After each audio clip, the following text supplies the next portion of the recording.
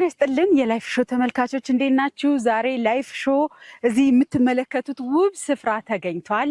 ኤረር ተራራ ወይም የኤረር ጥብቅ ደን ይባላል። ወደ ውስጥ ገብተን በርካታ ታሪካዊ ነገሮችን እንዳስሳለን። በዋናነት ግን ዛሬ ጤናውም ከማንኛውም ጊዜ በተሻለ ተጠብቆ እንዲኖር ከተፈጥሮ ጋር መገናኘት አለበት ይላሉ። አንዱና ዋናው ደግሞ እንዲህ አይነት ስፍራ መጥቶ ያሉ ነገሮችን የአዕዋፋትን ዝማሬ ተፈጥሮን ማድነቅ አንዱ ነው ይላሉ። ዛሬም እንግዲህ የዚህ ሀሳብ ደጋፊዎች ተሰባስበዋል። ከነሱ ጋር ተራራውን እየወጣን ቆይታ እናደርጋለን። እናንተም ተመልካቾች አብራችሁን በመጓዝ ስፍራውን የስፍራው ተጋሪ እንድትሆኑ ጋብዛችኋለሁ።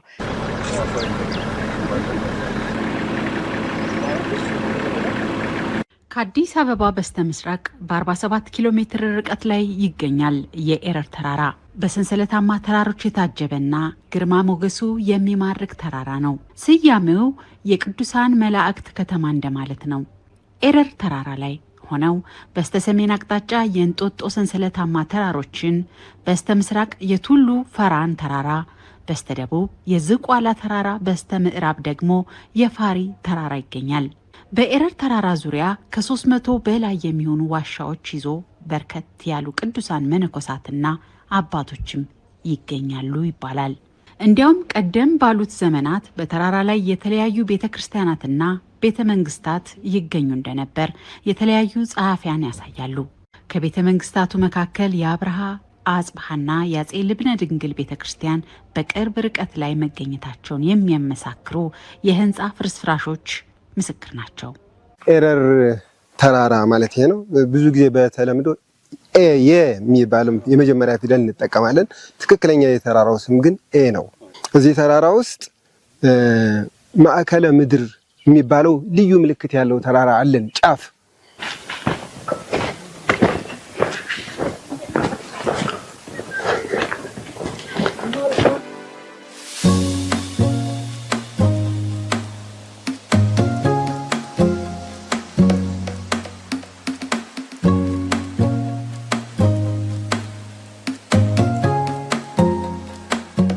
ተመልካቾቻችን እንግዲህ ገና ሳይጀመር ከላይ እየተነፈስን ነው።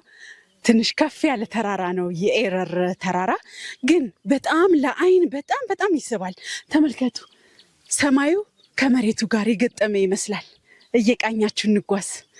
አብሮ በምናብ መጓዝ በነገራችን ላይ እንደተባለው ለጤና ጥሩ ነው፣ ከተፈጥሮ ጋርም ለመገናኘት ይበጃል ብለዋል። እንጓዝ።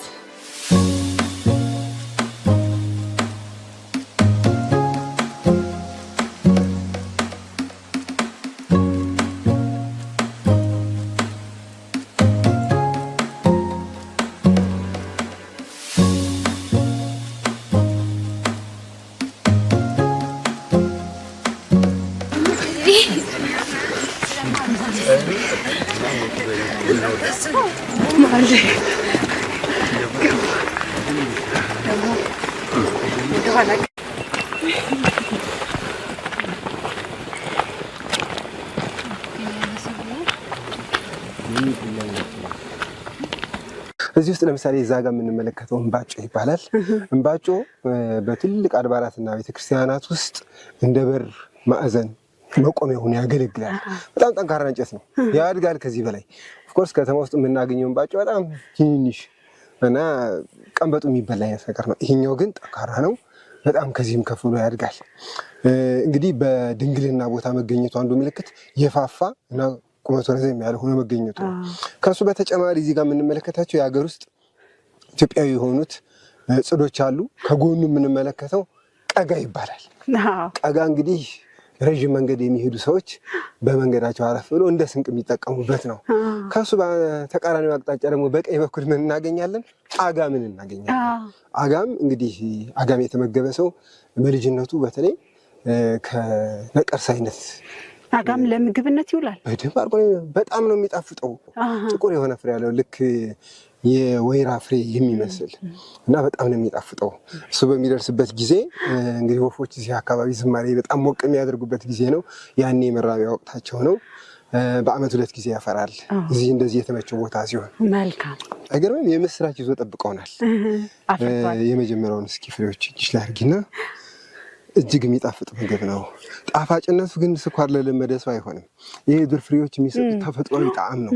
ይሄ ማዳበሪያ ያልገባ ታንኪ ያጎስ ቤስት ፕላስ አጋም ይባላል። አጋም በእሺ ሲጋ እንደውም የበሰለ ከነ ሶስትነቱ ያመላክተናል። እዚህ ጋርም አለ ኡፍይ ግማሽ እንካፈል። አሜን። ተካፍሎ መብላት አለ ኢትዮጵያውያን የሚያሰኛቸው። እንግዲህ የተነሳ ነው ከባህር ወለል በላይ 2100 ሜትር ላይ ነው። አሁን የምንደርሰው 2890 ሜትር አካባቢ ነው። አሞራ ገደል የሚባለው ጫፍ ነው። አሞራ ገደል አዋሳ ነበር የምናውቀው። በጣም ትክክል። እንግዲህ እንደዚህ ላጥ ያሉ ገዳላማ ቦታዎች ለትልልቅ አሞሮች በጣም የሚመቹ ቦታዎች ናቸው። ከአደጋ ተከላክለው ልጆቻቸውን ማሳደግ የሚችሉበት ቦታ ነው። በዚህ ምክንያት አሞሮች ከፍ ያለ ቦታ በተለይ ደግሞ ለጥ ያለ ገደል ከሆነ ይመቻቸዋል። የሚመቻቸው ልጆቻቸውን ለማሳደግ ብቻ አይደለም፣ በቀላሉ ተነስተው ለመብረር፣ በቀላሉ የሚበሏቸውን እንስሳት ለማድናሉ ያገለግላቸዋል። ስለዚህ እንዲህ አይነት ቦታዎች ብዙ ቦታ ልናገኝ እንችላለን። ደብረታቦር ውስጥ አሞራ ገደል የሚባል አለ። አዋሳ ውስጥ አሞራ ገደል የሚባል አለ። እንግዲህ ኤረር ተራራ ደግሞ በጣም ግርማ ሞገስ ያለው ተራራ ነው። እዚህም ውስጥ አሞራ ገደል የሚባል ቦታ አለ። እዛ በምንደርስበት ጊዜ አሞሮችን እናያለን። በጣም ግዙፍ የሆኑ አሞሮችን እናገኛለን እና አሞሮች እንደ ልብ የሚሽከረከሩበት እንደ ልብ የሚዋኙበት ቦታ ነው። እንግዲህ እዛ መድረስ እንችል ምን ያህል ደስ እንደሚልን ያለ በጣም ጥሩ።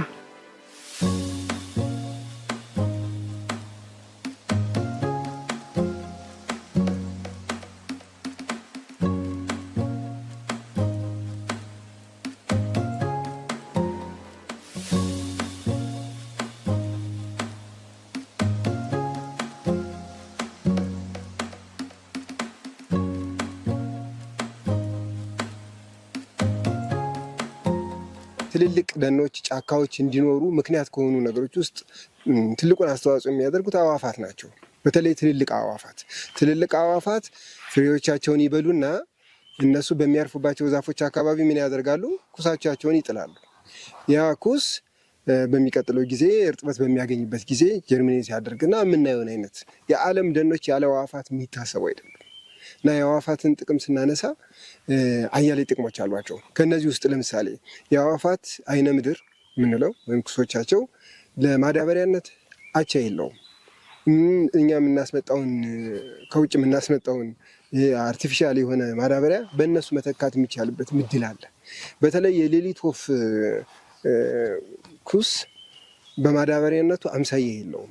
ምክንያቱም በኮንተንቱ በጣም ሪች ነው። ስለዚህ እነዚህን ሁሉ አገልግሎቶች ይሰጠናል እና አዕዋፋት ለሰው ልጅ እንድንደሰትበት፣ እንድንዝናናበት፣ እንድንገረምበት በጠዋት ደግሞ በጣም እንቅልፋም ስንሆን እንድንነቃበት የሚያገለግሉን እንስሳቶች ናቸው።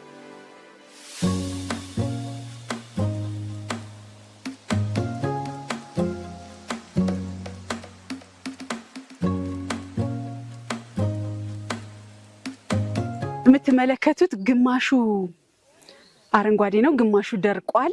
ይሄ የሚያመለክተው በአካባቢው ያልተመቸው ነገር እንዳለ እና ትኩረት ስጡኝ የሚል ምልክት እንዳለው ነው ለማህበረሰቡ የሚያመለክተው። አሁንም ዞር ዞር እያልን የአካባቢውን እንቃኛለን። አብረን እንቆይ።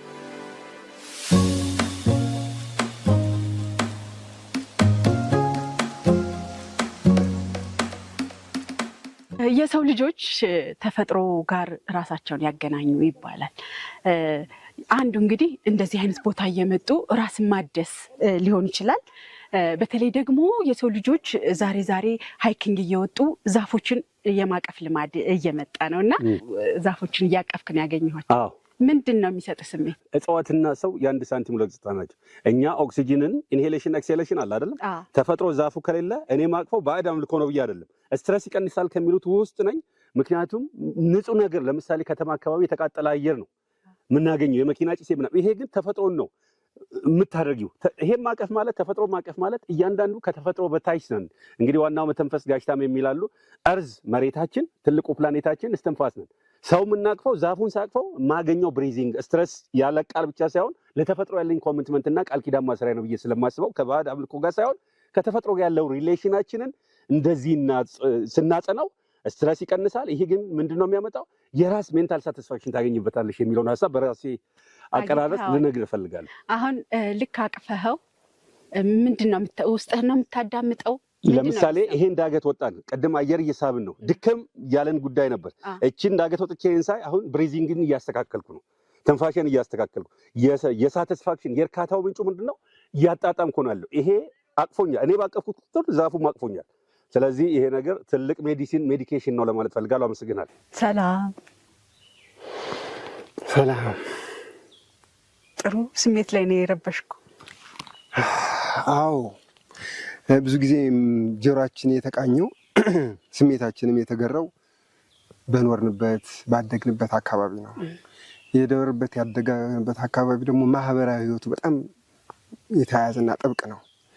ያ ከተፈጥሮ ትንሽ ለይቶናል።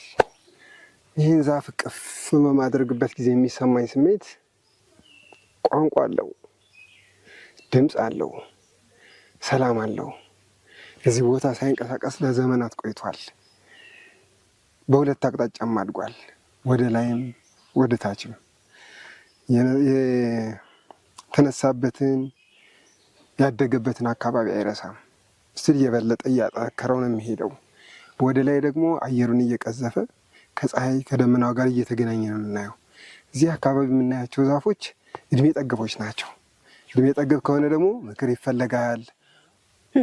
ኦኬ፣ እድሜ ጠገብ ከሆነ ደግሞ ምክር ይፈለጋል። እንግዲህ ይሄ እጽዋት ብዙ ዘመን የጠገበ ነው። እዚህ በሚኖርበት ጊዜ የአካባቢውን ሁኔታ ይነግራል።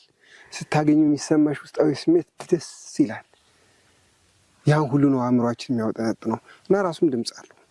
ይህን ድምፅ መጋራት መቻል ከባድ ነው። ኦፍኮርስ ይህን ለመስማት ግን ጆሮ ብቻ አይደለም ልቦናም እንዲከፈት የግድ ይላል። እዚህ ውስጥ ለእኔ ያለው የፈጣሪ ተአምራት ነው።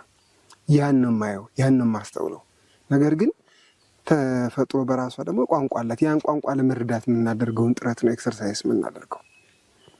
ለማህበረሰቡ ምን ትላለህ?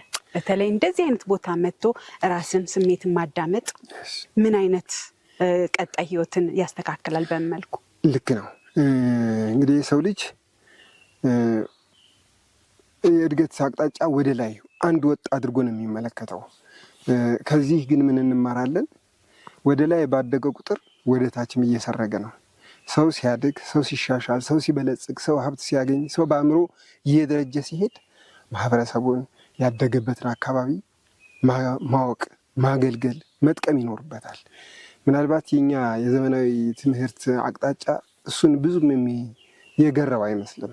ነገር ግን አሁን አንድ ባለጸጋ ሲባል በቆየው የኢትዮጵያውያን ወግና ባህል ለአካባቢ መራት ለዳያን ለሚባሉ ትልቅ ድግስ አድርጎ ሲያበቃ ይጋብዛል። ስለዚህ በእድገቱ ውስጥ ምን አለ? የነበረበትን ያደገበትን ማህበረሰብ የማገልገል ነገር አለ። እሱን ነው እኔ ከእጽዋቱ መማረው። በጣም አመሰግናለሁ። ስሜትህን ስላቋረጥን ይቅርታ። እሺ መቀጠል ትችላለህ። አመሰግናለሁ። መልካም ቆይታ ያላችሁ። ይሄ ነገር እንደሚባለው በእርግጥም ቋንቋ አለው፣ ስሜት ይሰጣል። እስኪ ልሞክረው።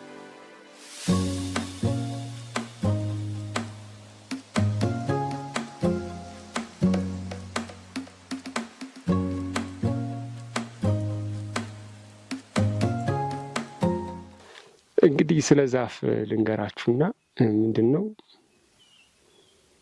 በጣም ብዙ ሪሊፍ አለው። ዛፍ ስታቅፉ ጭንቀታችሁ ምንም አይነት ሀሳብ ውስጥ ብትሆኑ፣ ምንም አይነት ጭንቀት ውስጥ ብትሆኑ ዛፍን አቅፋችሁ ለመስማት ሞክሩ። በተለይ እንደዚህ አይነት ዛፍ አታገኙም። የዝግባ ዛፍ ድሮ ኢትዮጵያ የዝግባ ሀገር ትባል ነበረ። አሁን ተጨፍጭፎ አልቋል። እንደዚህ አይነት ትልቅ ዝግባ ማግኘት በራሱ መታደል። እግራችሁን በባዶ እግራችሁ ሆናችሁ ዛፍ ብታቅፉ፣ እርግጥ እኔ ሜዲካል ሰው አይደለሁም፣ ግን የትራቭል ሰው እንደመሆኔ በጣም ሪሊፍ ይሰጣችኋል። የሆነ ሰላም ታገኛላችሁ፣ ከጭንቀታችሁ ትገላገላላችሁ፣ ደግሞም ወደ ተፈጥሮ የሚመልሳችኋልና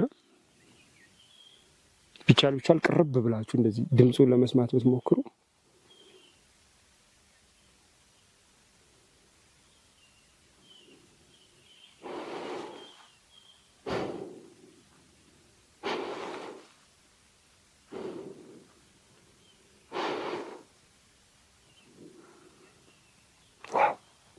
እንደምትመለከቱት በግራ በቀኝ በጣም የሚገርም ለየት ያለ ዝርያ ያላቸው እጽዋት አሉ። የወፎች ዝማሬ ምግብ ነው። ዛሬ ደስ የሚል ጊዜ እያሳለፍን ነው። የሚመቻችሁ ሰዎች መታችሁ ሞክሩት። ከኛ ጋር አብረን እንጓዝ። ይቀጥላል መንገዳችን። ታሪካዊ ቦታዎችን ገና ያስጎበኙናል። አብረን እንቆይ።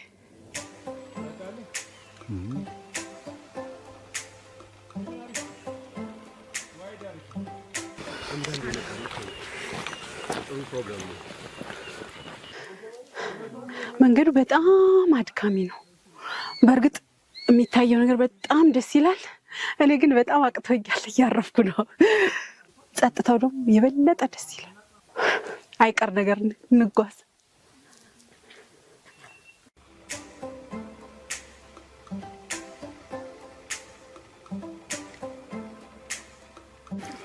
በደንብ ሲበስል ቢጫ ነገር ነው የሚሆነው።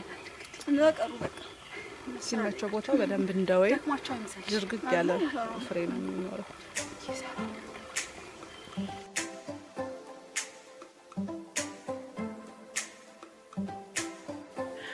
ኤረር ተራራ በእውነት የማይገፋ ተራራ ነው፣ ግን ደስ ይላል። እኔ በጣም አቅቶኛል። ለማንኛውም አብራችሁን እየተጓዛችሁ ስለሆነ ከልብ እናመሰግናለን። እየተመለከታችሁ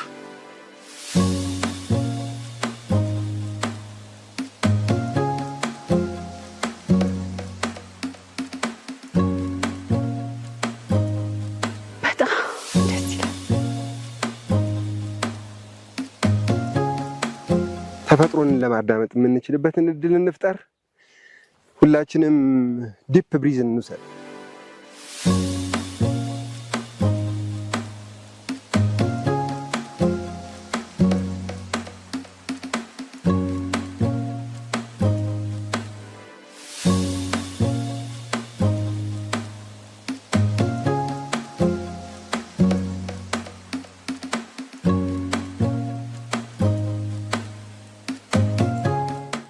አንድ የቢቢሲ ዶክመንታሪ ተመልክታችሁ ይሆናል። ዓለምን የሚያናውጡ ነፋሳት መነሻቸው ኢትዮጵያዊ ነው የሚል። የሰው ልጅ መገኛ ብቻ አይደለችም። ምናልባትም ዓለምን የሚለውጡ ብዙ ነገሮች የሚከሰቱትም መነሻቸው ኢትዮጵያ ነው። ስለዚህ የሰው ልጅ መገኛ፣ የዓለም ነፋሳትን መነሻ ቦታ ምድረ ቀደምት ያለተባለበት። ስለዚህ እኛ ያለንበት ሀገር፣ እኛ ያለንበት ምድርና እኛ የምንኖርበት አፈር ምናልባት ዓለም ካለው አፈር የተለየ ይሆን ያሰኛል። ለብዙ ምርምር፣ ለብዙ ጥያቄ መልስ ለሌላቸው ለሚመስሉ ነገሮች የሚጋብዙ ምክንያቶች አሉን። አብራችሁን ስለተዘጓዛችሁ በጣም ነው ደስ የሚለን።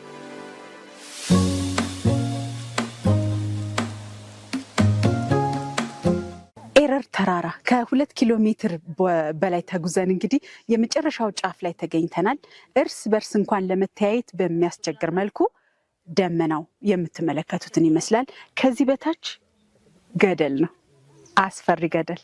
እንደውም እዚህ ጫፍ ላይ ሆናችሁ ወደዛ ስትመለከቱ ደመናው ስለከለለን እንጂ አፋር፣ ቀይ ባህር፣ ሌሎችም ክልል ከተሞች ይታያሉ ይሉናል። እንግዲህ እዚህ አካባቢ ኑሯቸውን የመሰረቱ ሰዎች የሚገርም ስፍራ ነው በእውነት። እንዲህ አይነት ደመና ከአውሮፕላን በላይ ሆነን ስንበርና ጎንደር አካባቢ ነው እንግዲህ የምናውቀው።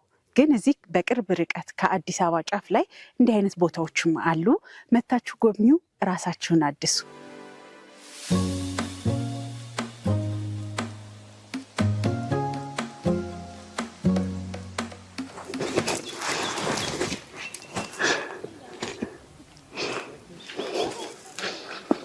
ምክንያቱም በዚህም ገደል ነው። በጣም አስፈሪ ነው።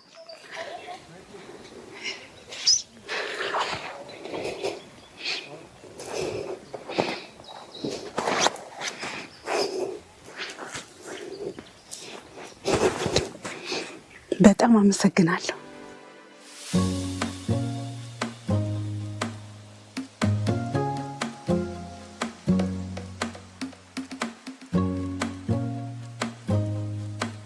የላይፍ ሾው ተመልካቾች ያደረግነው ቆይታ እንግዲህ ይሄን ይመስላል። በጣም አስደሳች ጊዜ ነው በበኩል ያሳለፍኩት።